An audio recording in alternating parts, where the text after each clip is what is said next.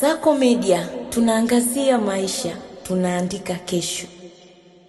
Yes, mambo vipi? Hii ni Kasako Media. Yes, kupitia ukurasa wa Diamond Platinum, na pia tuzungumze nyota wa Kitanzania, mkurugenzi wa kampuni ya Wasafi TV na vitu vyote vingi.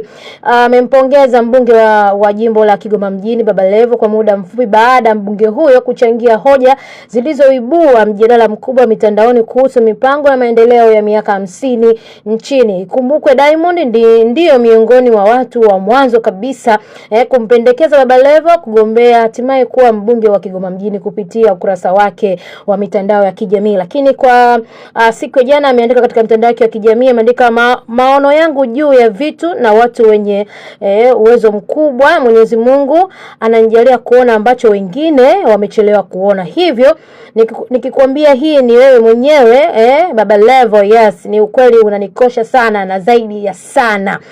Kupitia ukurasa wa Diamond Platinum ameandika maneno, lakini pia kumpongeza Baba Levo, mmoja kati ya mtu ambaye alimuona mwanzoni kwamba anafaa kuwa mbunge wa Kigoma mjini. Jina langu naitwa Nice Good Friend. Endelea kusikiliza Kasako Media.